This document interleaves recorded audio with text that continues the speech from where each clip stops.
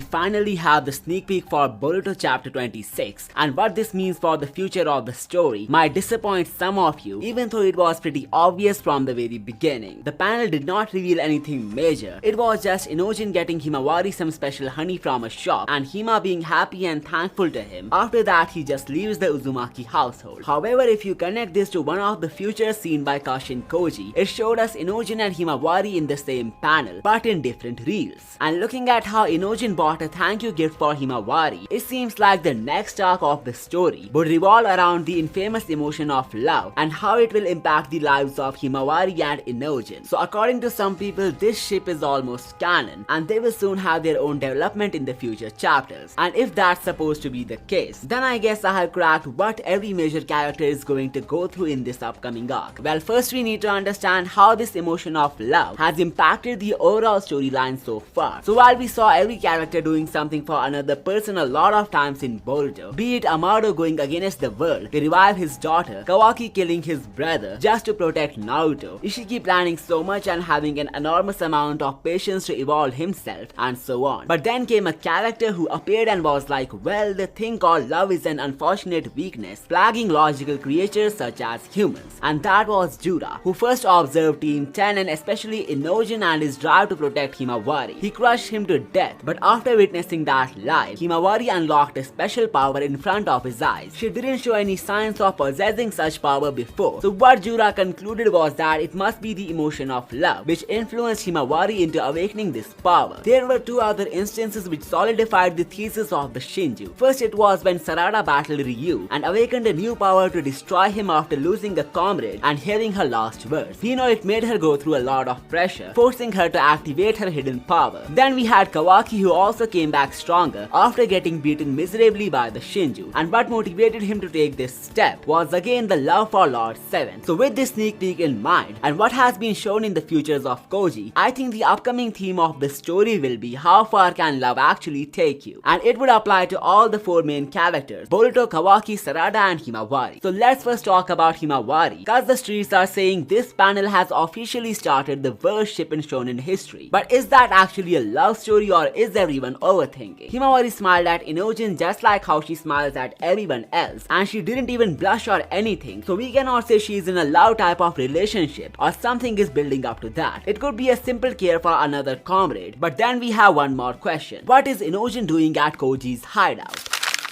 It makes sense for him to thank her, but magically appearing at a place which is far away from his current location in just a few chapters is kind of suspicious. The earlier theory suggested that Koji will be attacked by Code, with Team 10 and Himawari being the ones to rescue him. However, now there is something more in my mind, which I think would give the story a good enough twist. Every Shinju is going after their instinctual targets, but Jura did not target Himawari directly yet. He came to the village in search of Naruto, who's still his target, but with Mamushi moving to attack Aida next. What if the Shinju boss also makes a surprise entry to hunt for Himawari? And if that happens, then Koji would ask Boruto to bring her to the hideout, and Inojin, who would be worried for her, could somehow follow them to update everyone else about the situation. While it's not likely for Jura to directly go after Himawari, looking at how Inojin is updating the situation through his mind jutsu in this panel, it seems like he will go after Himawari just to try and be her savior. Well, what if I told you the things are bound to take kind of a dark turn from this point? Inojin could again die against Jura, and this time he might not be able to come back, and that would be an even major trigger for Himawari to finally master her Biju power.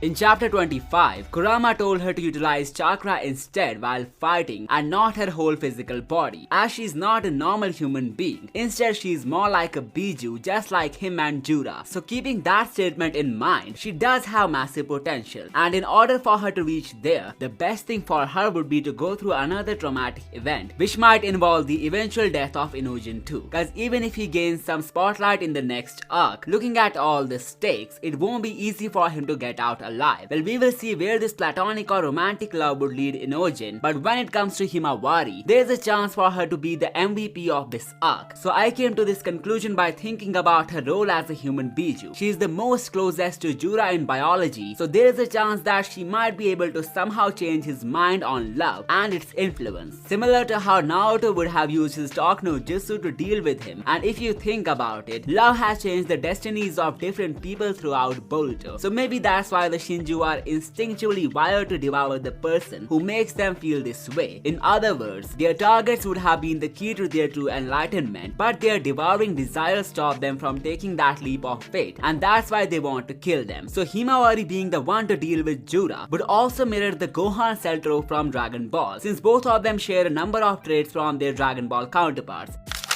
If Jura is supposed to die once for all, then it should be by the hands of Boruto and Kawaki. And as I already said that this upcoming arc would show everyone reaching their limits in the name of love, here is how things could move forward. First off, we have Kawaki, who possesses some obsessive love for Naruto. The life of Lord 7th made him take a number of big decisions in his life, but the biggest one is still yet to come, and that is his realization that the shinobi system needs to be reformed. Looking at how much Jura got interested in Kawaki and his opinion on love, maybe he is the next person in line to get obsessed with Kawaki just to inject his mind with his newly discovered ideologies. So Jura has made his mind, and he can't unsee the concept of love as an obvious weakness of mankind. Kawaki, on the other hand, even though he doesn't care about love, he still cares too much about Naruto, which indeed is an equivalent of love. So what if Jura manipulates Kawaki into believing that whatever he's trying to protect cannot protect itself, so there is no point of being so careful when he can't even enjoy the company of his loved ones? Then Jura could open the book of shinobi history to explain to Kawaki that it was the Otsutsuki who spread the ninshu on the planet, which is how all the wars and injustice came to being. This may be the kick that Kawaki would have been looking for to reform the shinobi system, and it would also symbolize the love for Naruto taking him so far that he now desires to create a better world for him, that too by his own hands.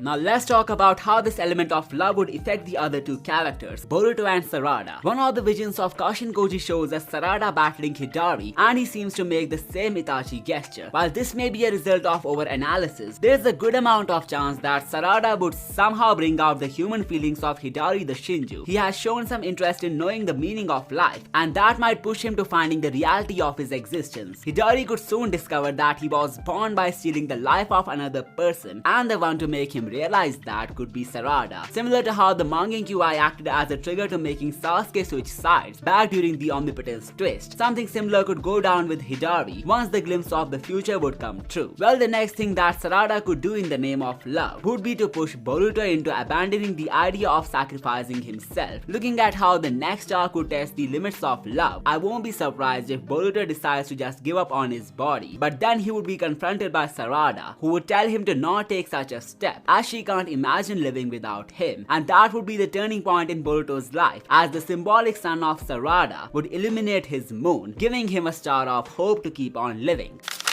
Basically, the whole point of Boruto would be to prove the definition of love given by Jura as false. It ain't a disease that makes humans weak, rather it's a source of power which gives them hope to keep on thriving. Boruto so far has taken the logical approach to saving the world. By lending powers from Momoshiki, and after offering him the body, he can trust Kawaki to deal with him once he goes berserk. But it's a pretty selfless way of doing things, and I think there will be a point in his life when he would be forced to change this thinking. And again, this change of heart would come from love, which in this case would be Sarada. Now, love isn't the only thing which has driven the tale of Boruto. In many cases, there was obsession at work, which motivated many characters to take big leaps in their actions, like Jigen's obsession with Kawaki, Momoshiki's obsession with Boruto, Amaro's obsession with the people and powers who would help him to resurrect his daughter, Kawaki's obsession with Naruto, and so on. Everyone with an obsession has worked differently than people who were genuinely in love in the story. The biggest example being Jigen, who trained Kawaki and took him under his wing for the sake of resurrecting himself. Kawaki has been a center of obsession by more than one character, and I think another one is going to join the list soon, which is Jura. The way the Shinju tried to hold a conversation with him gives us a sign that he might not use him to cultivate the chakra fruit. Instead, he will manipulate him with his knowledge in order to make him the demon that we saw in the first chapter. Kawaki's drastic change from the savior of shinobi to their destroyer would need a trigger point to begin with, and I think it will be Jura who would use him as a tool to eliminate the shinobi. But it's not like the Shinju himself hates them. It's more more like he would reveal the reality to Kawaki about the ninja world and how it all began with the Otsutsuki. Furthermore, he could focus on the weakness of the shinobis and how another Otsutsuki invasion could wipe them out. But the real deal comes when he would realize the main reason behind Otsutsuki showing interest on the planet. It's the chakra that the shinobi use to imitate their shinjutsu, which is how these aliens are able to trace the planet, just for chakra fruit cultivation. After Kawaki finds out that if humans had never learned to utilize chakra in their techniques, maybe the Otsutsukis would have never came to the planet at first place. So this may be the big plan of Kawaki that Jura would spill in his ear after he reveals the history of the shinobi world to him. We have already seen Jura gathering intel on everyone and everything, so the odds for him to get obsessed with Kawaki and then manipulate him against his own people is pretty high. Well, there is more to this Jura and Kawaki theory, like how the Shinju looks identical to Ishiki and Jigen, and how there is a streak of characters controlling other characters going on in the story. But if you wanna find out how Boruto destroys Konoha, check out the video on the right. The other video digs deep into the Kawaki theory, so check that one as well, and I will see you next time.